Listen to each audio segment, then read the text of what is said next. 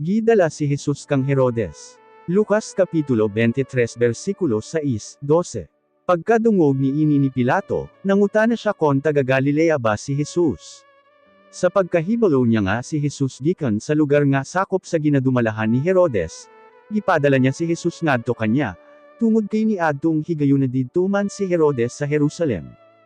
Pagkakita ni Herodes kang Jesus nalipay gayud siya, kay dugay na siyang nagtinguha nga makita si Jesus tungod kay daghan na ang iyang nadunggan mahitungod kanya, o gusto o sab niya nga magbuhat siya og milagro aron makita niya. Daghan ang mga pangutana ni Herodes kang Jesus, apan wala siya mutubag. Ang kadagkoan sa mga pari ug ang mga magtutudlo sa kasuguan na nindog didto ug bisan unsa na lang ang ilang mga sumbong batok kang Jesus. Dayon gitamay ug gibugal-bugalan siya ni Herodes ug sa iyang mga gwardya. Gisul-uban kunuhay nila siya og maanindot nga bisti, nga sama sa usa ka dungganon nga tawo, ug gipabalik didto kang Pilato.